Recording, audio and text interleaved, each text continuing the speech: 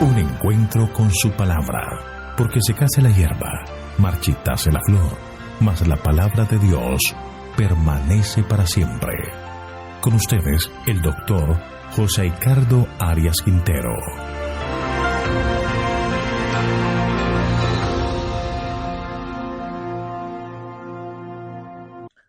Hoy vamos a estudiar Mateo capítulo 4, cuarta parte, la tercera tentación.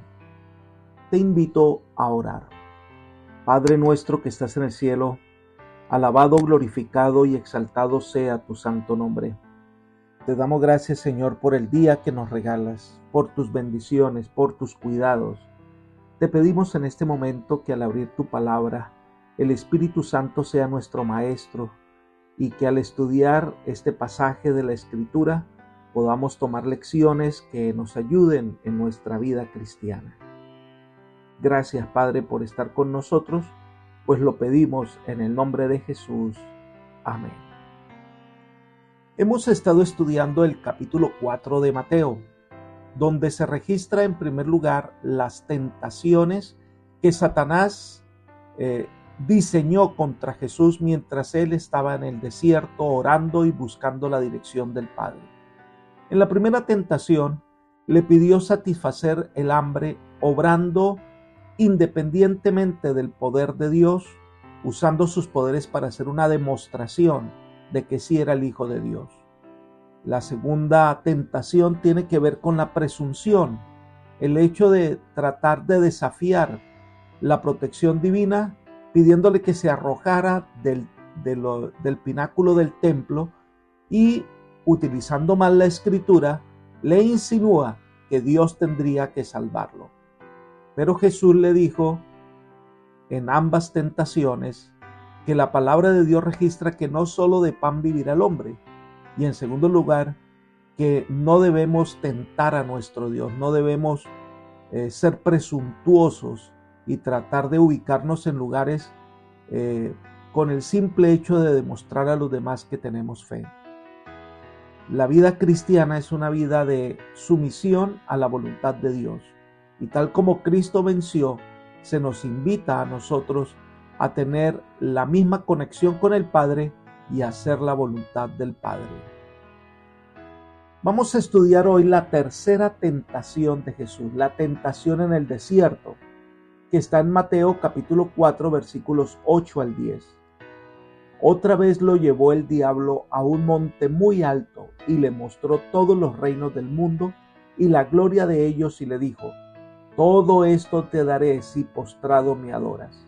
Entonces Jesús le dijo: vete, Satanás, porque escrito estás, al Señor tu Dios adorarás y a Él solo servirás.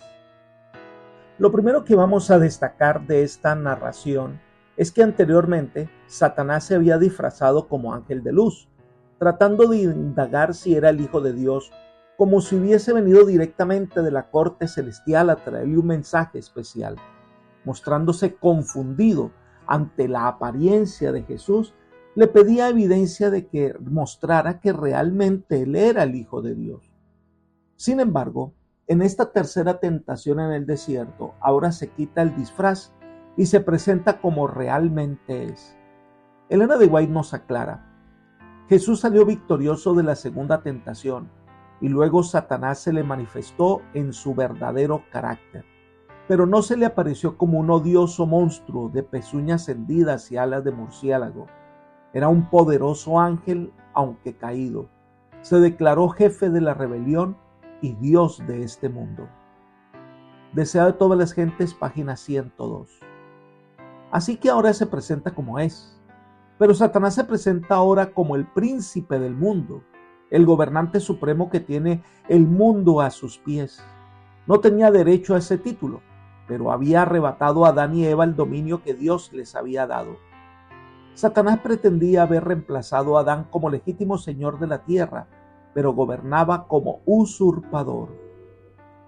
Más adelante Elena de White dice: cuando Satanás declaró a Cristo: el reino y la gloria del mundo me son entregados y a quien quiero los doy, dijo algo que era verdad solamente en parte. y lo dijo con fines de engaño. El dominio que ejercía Satanás era el que había arrebatado a Adán, pero Adán era vicerregente del Creador. El suyo no era un dominio independiente. La tierra es de Dios y Él ha confiado todas las cosas a su Hijo. Adán había de reinar sujeto a Cristo. Cuando Adán entregó su soberanía en las manos de Satanás, Cristo continuó siendo aún el rey legítimo. Por esto el Señor había dicho al rey Nabucodonosor: el Altísimo se enseñorea del reino de los hombres y a quien Él quiere lo da. Satanás puede ejercer su usurpada autoridad únicamente en la medida en que Dios lo permite. Libro El deseo de todas las gentes, página 103. Así que aunque Satanás se presentara como un príncipe, realmente era un usurpador. Volvamos al relato bíblico. Allí se menciona que otra vez lo llevó el diablo a un monte muy alto y le mostró los reinos del mundo y la gloria de ellos. No se sabe exactamente qué monte era. Algunos dicen que era el Nebo, desde donde Moisés vio al pueblo de Israel y tuvo allí la visión del reino de Dios. Pero no podemos afirmar que realmente fue allí. Lo cierto es que la vista que se le mostraba era hermosa. Los ojos de Jesús hasta hace poco tiempo, antes afectado por una visión de lobreguez y desolación, contemplaban ahora una escena de insuperable belleza y prosperidad. Satanás ocultó hábilmente el lado peor de su reino y presentó solo las deslumbrantes glorias de las proezas humanas. Ofreció a Jesús el papel de Mesías político. Si Jesús se hubiera presentado así, la nación judía lo habría aceptado. Claro que está que todo esto era una propiedad robada, pero mientras Satanás la tuviera en su poder, se proponía comerciar con ella para ventaja propia. Cristo era el verdadero dueño y su posición se basaba en el hecho de que había creado todas las cosas. Nunca había renunciado a sus derechos. Satanás sabía que Jesús había venido a desafiar sus pretensiones y ahora se proponía entregarlas sin lucha, pero a cambio de ciertas condiciones. Satanás no dominaba en forma total a la raza humana. Había todavía quienes no le rendían lealtad. Comprendía el desafío implicado en la pureza impecable de Cristo. Elena de White dice: él, Satanás, le pidió al Salvador que se rindiera ante su autoridad, prometiéndole que si lo hacía, los reinos del mundo serían suyos. Presentó ante Cristo el éxito que él, Satanás, había alcanzado en el mundo y le enumeró los principados y las potestades que estaban sometidos a él. Declaró que él había hecho lo que no había podido hacer la ley de Jehová. Manuscrito 33 del año 1911. De esta manera, tratando de mostrar la belleza del reino que según él había logrado acrecentar, le ofreció a Jesús una manera fácil de ganarse el reinado en la tierra. La condición era: todo esto te daré si postrado me adoras. Es como si Satanás hubiera insinuado que Jesús había ganarse el título de este mundo y le ofrecía que lo aceptara como un regalo de su parte con toda la honra y el poder sin lucha alguna. A cambio, todo lo que Satanás pedía era que Cristo transfiriera su lealtad personal del Padre a Satanás. Le estaba ofreciendo un atajo fácil de lograr. Solo debía adorarlo. En los países del cercano oriente, el postrarse es todavía una señal de absoluta sumisión y homenaje. Esta propuesta diabólica, que el Dios encarnado adorase al diablo, constituye la más grande blasfemia. Los grandes principios que estaban en juego y la impía temeridad de la propuesta parecen mostrar el límite máximo de la ingeniosidad del diablo y sugieren que el orden en que Mateo presenta las tres tentaciones y no el orden de Lucas es el verdadero orden cronológico. Después de haber dado este paso atrevidísimo, Satanás no tenía nada más que ofrecer. Miremos lo que implicaba esta propuesta bajo el comentario de Elena de White. La misión de Cristo podía cumplirse únicamente por medio de padecimientos. Le esperaba una vida de tristeza, penurias y conflicto y una muerte ignominiosa. Debía llevar los pecados del mundo entero. debía soportar la separación del amor de su padre. El tentador le ofrecía la entrega del poder que había usurpado. Cristo podía librarse del espantoso porvenir reconociendo la supremacía de Satanás, pero hacerlo hubiera sido renunciar a la victoria del gran conflicto. Tratando de ensalzarse por encima del Hijo de Dios, era como Satanás había pecado en el cielo. Si prevaleciese ahora, significaría el triunfo de la rebelión. Libro El deseo de todas las gentes, página 103. Esta es la tentación con la que Satanás quiere envolver a muchas personas. El mundo les deslumbra con sus luces, su apariencia de prosperidad, riquezas, lujos, orgullos y popularidad. Muchos llegan a pensar qué podría hacer si tuviera dinero, si tuviera fama, si tuvieran todos los recursos, si se ganara la lotería. Algunos dicen, ¿qué pasaría si tuviéramos una mejor posición social? Elena de White hace el siguiente comentario. Satanás se acerca a los hombres con la misma tentación y tiene más éxito con ellos. Les ofrece el reino de este mundo a condición de que reconozcan su supremacía. Demanda que sacrifiquen su integridad, desprecien la conciencia, satisfagan su egoísmo. Cristo los invita a buscar primero el reino de Dios y su justicia, pero Satanás anda al lado y les dice, cualquiera sea la verdad acerca de la vida eterna, para tener éxito en este mundo, debéis servirme. Tengo vuestro bienestar en mis manos. Puedo daros riquezas, placeres, honores y felicidad. Oíd mi consejo. No os dejéis arrastrar por nociones caprichosas de honradez o abnegación. Yo os prepararé el camino, y así multitudes son engañadas, consienten en vivir para servirse a sí mismas, y Satanás queda satisfecho. Libro El deseo de todas las gentes, página 104. Todo esto lo ofrece el enemigo de las almas a cambio que le adoremos, que nos entreguemos a él, y lo que encontramos es la muerte eterna. Es la trampa del enemigo para llevarte a la perdición. Pero el Señor se levanta con voz clara y dice, vete, Satanás. Es lo que debemos hacer. No tenemos que negociar nada con Satanás. Debemos alejarlo de nuestra vida. Se había llegado a la culminación. Satanás se había desenmascarado y había aparecido tal como era. El príncipe de este mundo se había acercado a Cristo ofreciéndole satisfacción de los anhelos humanos. Primero, aplacar las necesidades materiales propias del bienestar humano. Segundo, tener prerrogativa de hacer lo que a uno le plazca y gozar del privilegio de desobedecer sin aceptar las responsabilidades que eso entraña. Tercero, orgullo y popularidad. Y cuarto, ejercer poder y autoridad sobre estos. El príncipe de este mundo se acercó a Cristo y no encontró en él nada que respondiera ni en el más mínimo grado de la tentación. El Hijo de Dios, en semejanza de carne de pecado, condenó al pecado en la carne, según el apóstol Pablo en Romanos capítulo 8, versículo 3. Y si nosotros tan solo nos acercamos a él con fe, si preferimos no andar conforme a la carne, sino conforme al Espíritu, Cristo por su gracia nos capacitará para andar victoriosos. Si tan solo nos sometemos a Dios, también podremos resistir al diablo y él huirá de nosotros.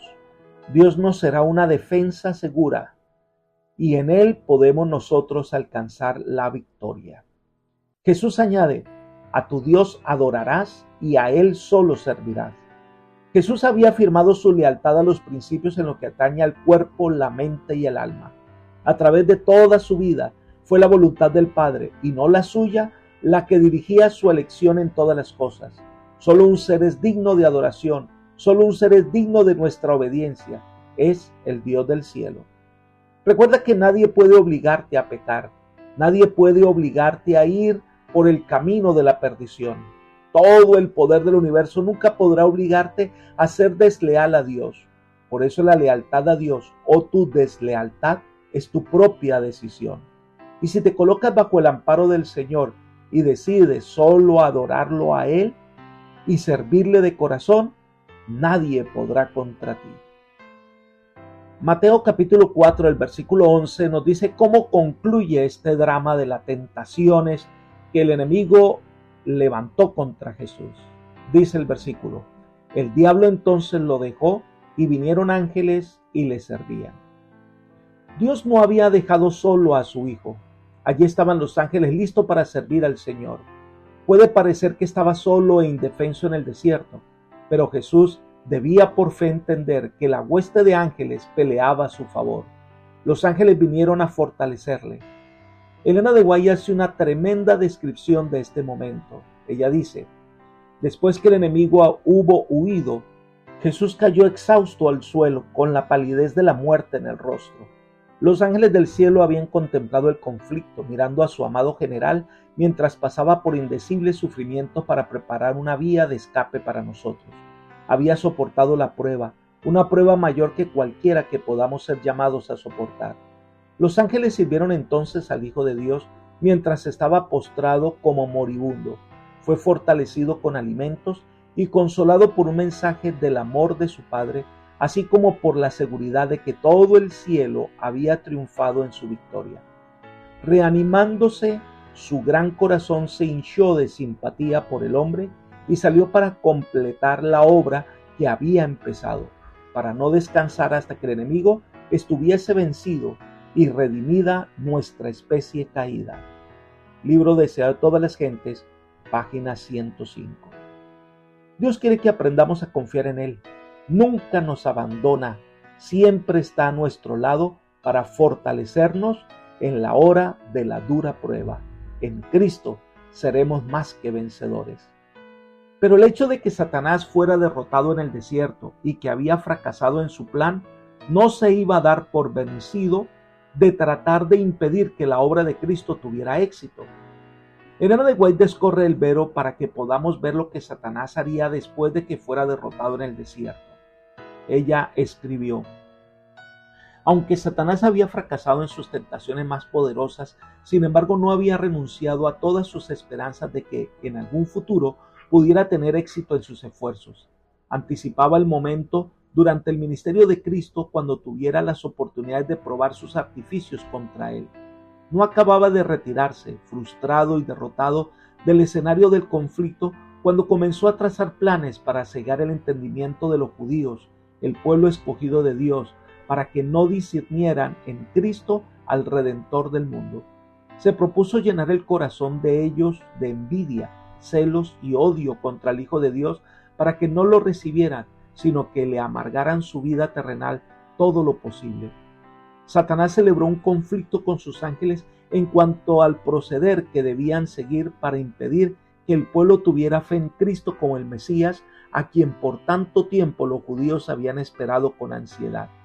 Estaba chasqueado y enfurecido porque no había vencido en nada a Jesús con sus múltiples tentaciones, pero ahora pensaba que si podía fomentar en los corazones del propio pueblo de Cristo un sentimiento de incredulidad para que no reconocieran a Jesús como prometido, podría desanimar al Salvador en su misión y conseguir que los judíos fueran sus instrumentos para llevar a cabo sus propósitos diabólicos. De modo que comenzó a obrar en su manera sutil, esforzándose para lograr, mediante una estrategia, lo que no había podido por medio de un esfuerzo directo y personal. Spirit of Prophecy, tomo 2, página 97 y 98. Satanás no iba a dejar a Cristo en paz, y es su odio lo que incita a muchos para llevar a Cristo a una muerte terrible en la cruz del Calvario, donde pensaba él que derrotaría finalmente a Cristo, pero cuando resucitó, su derrota fue definitiva. Satanás es un enemigo vencido. La serpiente antigua había recibido el golpe mortal. Apreciado amigo y hermano, Jesús venció donde el hombre había claudicado. Jesús derrotó al enemigo por nosotros y nos muestra el camino para llevar una vida victoriosa. Hoy nos conviene refugiarnos en el poder de Dios, alimentarnos diariamente de su palabra, aprender más de su amor por nosotros. Esto hará que en la hora de la prueba podamos permanecer firmes. Y si alguno ha sucumbido a la tentación, no te desesperes, hay esperanza. El Señor está presto a perdonarte y ayudarte. Por eso hoy te invito a entregar tu vida a Jesús. es el lugar más seguro del universo. Que el Señor te bendiga y te guarde y te guíe por sendas de paz, es mi oración por ti. Amén.